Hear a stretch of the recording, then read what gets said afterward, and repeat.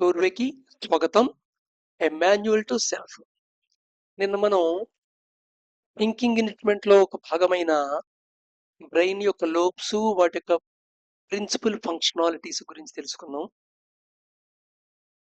So ఏ activity జరుగుతున్నప్పుడు mind లో ఎక్కడ ఎలక్ట్రికల్ పల్సెస్ యాక్టివిటీ ఉంటుందో ఈ సెఫలోగ్రామ్స్ ద్వారా ఆ లొకేషన్స్ డిసైడ్ చేయడం జరిగింది.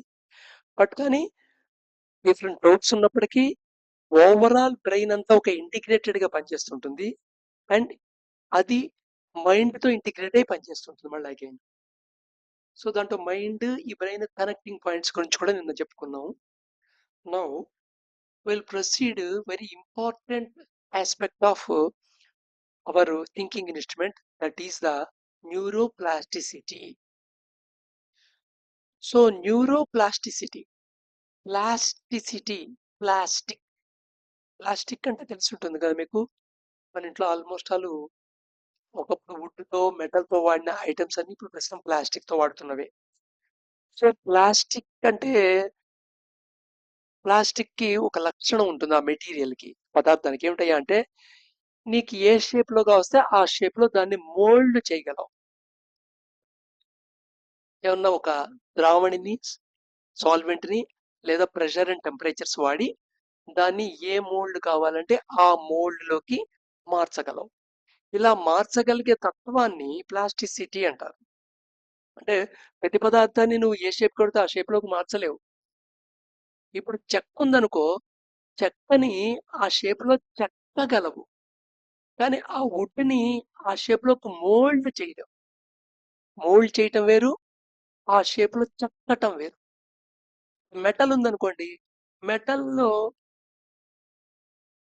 కొంతవరకు షేప్ తీసుకురాగలవు, బట్ కానీ అన్ని రకాల షేపులకి రావడానికి లేదు. అన్ని రకాల షేపులు రావడానికి కూడా కొంత చెక్కాల్సి వస్తుంది, కొంత పార్ట్ని రిమూవ్ చేయాల్సి వస్తుంది, లేదా కొంత వెల్డింగ్ చేయాల్సి వస్తుంది. బట్ ప్లాస్టిక్ గమ్మత్ ఏంటంటే ఏ షేప్ కి వస్తే ఆ షేప్ లోకి మార్చగలిగే మెటీరియల్ అన్నమాట. సో ఏ పదార్థం అయితే సాల్వెంట్ ని వాడి టెంపరేచర్ ప్రెషర్ ని వాడుతూ ఏ షేప్ కడితే డిసైడ్ షేప్, ఏ షేప్ ఆ షేప్ లో మార్చగలిగితే ఆ లక్షణాన్ని ప్లాస్టిసిటీ అంటారు. అలాగే గమ్మత్తు, బ్రెయిన్ ఒక ఫంక్షన్ లో కూడా ఒక ప్లాస్టిసిటీ క్యారెక్టర్ కనబడుతుంటుంది. అంటే ఏం కావాలంటే అలా మోల్డ్ చేయగలం, ఏం కావస్తే అలాగా దాన్ని కండిషన్ చేయగలం. అందుకని బిహేవియర్ సైకాలజిస్టులు మొదట్లో ఇంకా ఏది కావస్తే చేయగలం అని చెప్పేశారు. ఏది కావస్తే అది మనం అలా, ఏ మనిషిని కావస్తే ఆ మనిషిని చేయగలం. సో ఇక్కడ డెస్టినీ అనేది లేదు, ఫ్రీ విల్ అనేది లేదు. ఆల్మోస్ట్ ఆల్ అదొక ఛాలెంజ్ కింద కనబడింది అప్పుడు. స్పిరిచువల్, ఆధ్యాత్మిక నాలెడ్జ్ కి ఈ బిహేవియర్స్ చెప్పే ఛాలెంజ్ కి ఒక మధ్య ఒక ఫ్రిక్షన్ కింద కూడా డెవలప్ అయినది. కానీ తర్వాత దాంట్లో ఉండే లిమిటేషన్స్ తర్వాత అర్థమయ్యాయి అనుకోండి. సో ఎనీవే, సో ఆ డిస్కషన్ లోకి వెళ్ళొద్దు. సో ప్లాస్టిసిటీ, న్యూరోప్లాస్టిసిటీ, ఈ న్యూరోప్లాస్టిసిటీ వల్లే నువ్వు రకరకాలుగా కండిషన్ అయిపోయి నీకు హ్యాబిట్స్ క్రియేట్ అవుతాయి. నువ్వు పర్టికులర్ ప్యాటర్న్ లో థింక్ చేస్తున్నావు అంటే న్యూరోప్లాస్టిసిటీ కారణం.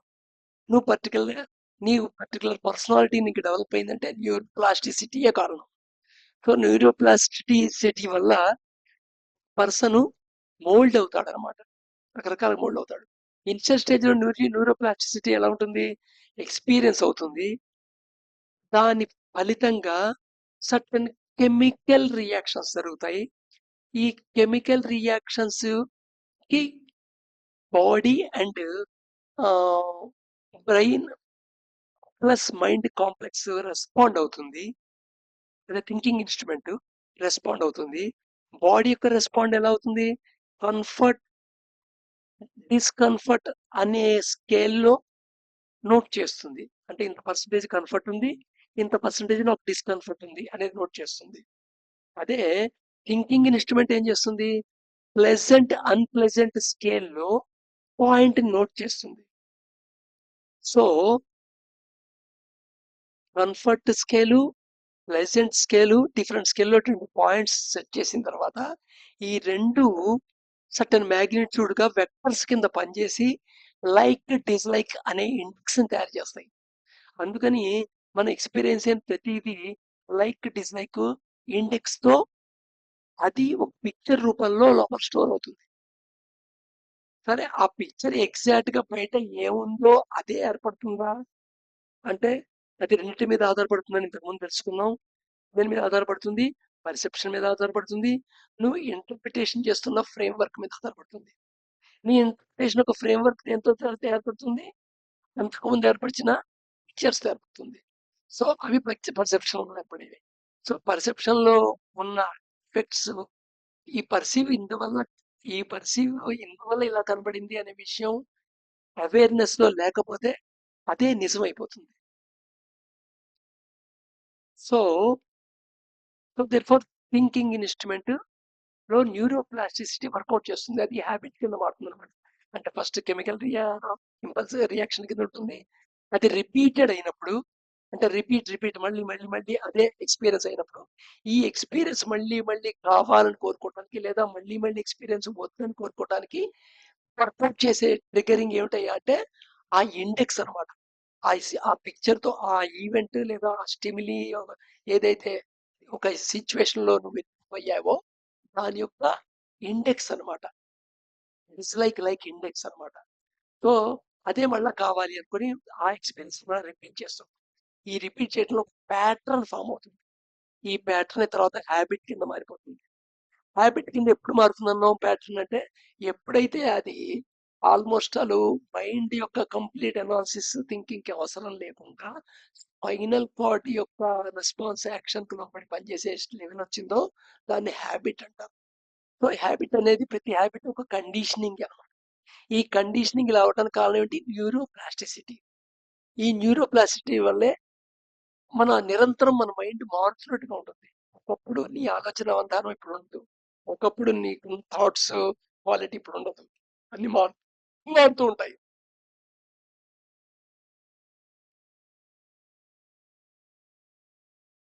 సో ఇప్పుడు న్యూరోప్లాస్టిసిటీలో చూడండి. న్యూరోప్లాస్టిసిటీలో ఫంక్షనాలిటీ ప్రధానంగా తీసుకుంటే బ్రెయిన్ అడాప్టబిలిటీ అనేది న్యూరోప్లాస్టిక్ సంబంధించింది. అడాప్టబిలిటీ అంటే ఏంటంటే నువ్వు అనుకున్నట్టుగా సిచ్యువేషన్ అక్కడ నువ్వు ఎక్స్పెక్ట్ చేసినట్టుగా ఉండదు, నువ్వు అజ్యూమ్ చేసినట్టుగా ఉండదు. స్టిల్ నీకు ఆ సిచ్యువేషన్ ఉండటం అనేది అవసరం, రిక్వైర్మెంట్. ఆ సిచ్యువేషన్ కి లోబడి నువ్వు నీ బిహేవియర్ ఫంక్షనాలిటీని మార్చుకుంటావు. నీ ఆ బిహేవియర్ ఫంక్షనాలిటీ మార్చుకోవడానికి ముందు నీ ఆలోచన విధానం కూడా మార్చుకుంటావు. ఇది అడాప్టబిలిటీ అంటామాట. సో బ్రెయిన్ అడాప్టబిలిటీ అనేది ఏంటంటే న్యూరోప్లాస్టిసిటీ ఒకటి. ఈ అడాప్టబిలిటీలో టెన్షన్ కూడా ఉండొచ్చు. అంటే నీకు డిస్లైక్స్ స్కేల్లో ఉంటుంది, అది నువ్వు అడాప్ట్ చేసుకోవాల్సిన విషయం. కానీ అవసరం అనే ఫోర్స్ వల్ల, గత్యంతరం లేని ఫోర్స్ వల్ల దాన్ని ఒప్పుకుంటావు, యాక్సెప్ట్ చేస్తావు. సో బ్రెయిన్ అడాప్టబిలిటీ యాక్చువల్గా అడాప్టబిలిటీ న్యాచురల్ అడాప్టబిలిటీ గురించి మాట్లాడుతున్నాం, ఫోర్సిబుల్ అడాప్టబిలిటీ. నెక్స్ట్ అలాగే అడాప్టబిలిటీ లాగానే మెమరీ ఫార్మేషన్.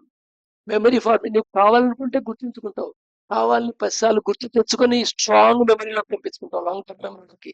ఇలా మెమరీ ఫార్మేషన్ కూడా న్యూరోప్లాస్టిసిటీ చేస్తుంటుంది. కొన్ని విషయాలు పట్టించుకోకుండా వదిలేస్తాం, అవసరం లేదా మెమరీ అది. కావాలనుకున్న విషయాన్ని మళ్ళీ గుర్తు తెచ్చుకుంటుంటాం. ఇది న్యూరోప్లాస్టిసిటీ ఫంక్షన్. అలాగే ఎక్స్పీరియన్స్ డ్రైవెన్ చేంజెస్.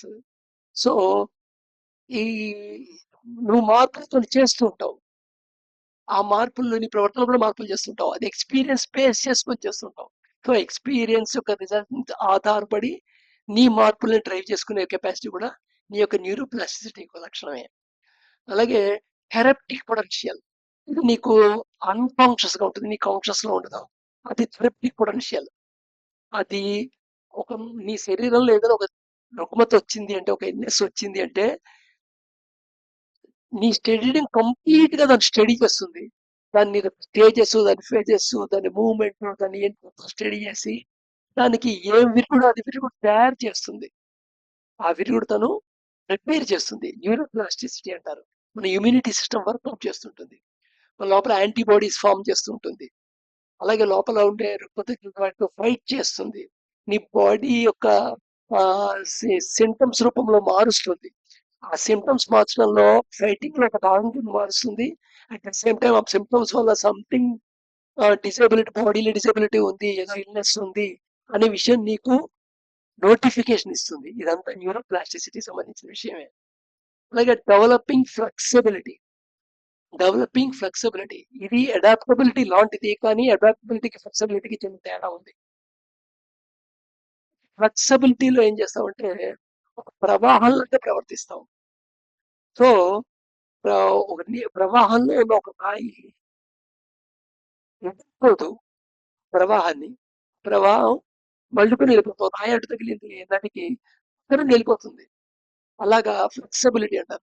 అలాగే ఒక చెట్టు ఉంది, ఎదురుగాలి వచ్చింది, వంగుతుంది. వంగింది అంటే ఫ్లెక్సిబిలిటీతో వంగింది. సన్నగా అది వంగకూడదు, దృఢంగా ఉంది, స్ట్రాంగ్ గా ఉంది అనుకో, ఏమవుతుంది, చెట్టు విరిగిపోతుంది. సో అలాగా నువ్వు సిచ్యువేషన్ బట్టి నువ్వు ఫ్లెక్సిబిలిటీ ప్రదర్శిస్తావు. ఇది కూడా న్యూరోప్లాస్టిసిటీ యొక్క క్యారెక్టరే. Next environmental influence. ఎన్విరాన్మెంటల్ ఒక ఇన్ఫ్లుయెన్స్ బట్టి కూడా నువ్వు న్యూరోప్లాస్టిసిటీ మారుతూ ఉంటుంది. నీ న్యూరోప్లాస్టిసిటీ మారుతుంది. సపోజ్ చలి కంట్రీస్ బతుకుతున్నావు అనుకో, ఆటోమేటిక్ గా చలితనం నువ్వు సహించే కెపాసిటీ నీకు పెరుగుతుంది. అలాగే రాజస్థాన్ ఎడారి ప్రాంతాల వాళ్ళకి వేడిని తట్టుకునే కెపాసిటీ పెరుగుతుంది. ఎన్విరాన్మెంట్ ఇన్ఫ్లుయెన్స్ బట్టి కూడా న్యూరోప్లాస్టిసిటీ మారుతూ ఉంటుంది. నెక్స్ట్ అలాగే ఇంజురీ రికవరీ. ఆటోమేటిక్ ఏదైనా దెబ్బ తగిలితే, కట్ అయితే ఆటోమేటిక్ అక్కడ అంత ముందు ఎలా ఉంది అక్కడ ఆల్మోస్ట్ అలా పొజిషన్ తీసుకురావడానికి ట్రై చేస్తుంది. చేయి కొత్త చేయి పని చేయదు, ఏదో అలాగా. బట్ కానీ ఇంజరీ రికవరీ చేస్తూ ఉంటుంది. దాంట్లో న్యూరోప్లాస్టిసిటీ మీద ఆధారపడుతుంది ఎంతకి నియర్ బైగా వస్తుంది అనేది. బట్ కానీ ఈ న్యూరోప్లాస్టిక్ యొక్క ఈ ఫంక్షనాలిటీస్ ఇవన్నీ అన్నిటిని నీ యొక్క లైక్ డిస్లైక్ కూడా ఇన్ఫ్లుయెన్స్ చేస్తుంటుంది. నీ లైక్ డిస్లైక్, నువ్వు లైక్ ఫీల్ అవుతున్నవి ఏం చేస్తావు, న్యూరోప్లాస్టిసిటీగా మోడిఫై చేయడానికి చేస్తావు వాటికి ఫేవరబుల్ గా. నువ్వు డిస్లైక్ ఉన్న వాటికి న్యూరోప్లాస్టిసిటీ వద్దు అనుకునే రూపంలో తయారు చేస్తుంటుంది. సో ఇలాగా ఈ ఎంటైర్ మైండ్ యొక్క స్ట్రక్చరే మారిపోతుంది అనమాట. న్యూరాన్స్ లోపల జరిగే రియాక్షన్లు, వాటి బయోసింథసిస్ లో, న్యూరాన్ కి మధ్య కమ్యూనికేషన్, వాటి ఇంటిగ్రేటివ్ వర్క్, కొన్ని న్యూరాన్స్ గ్రూప్ గా ఒక పర్టికులర్ టాస్క్ ని బిహేవ్ చేసే పద్ధతి, ఇవన్నీ న్యూరోప్లాస్టిక్ గా మారిపోతుంటాయి. సో న్యూరోప్లాస్టిసిటీ అనేది ఒక వరం, అట్ ద సేమ్ టైం శాపం కూడా. ఎలాగా రేపు చూద్దాం.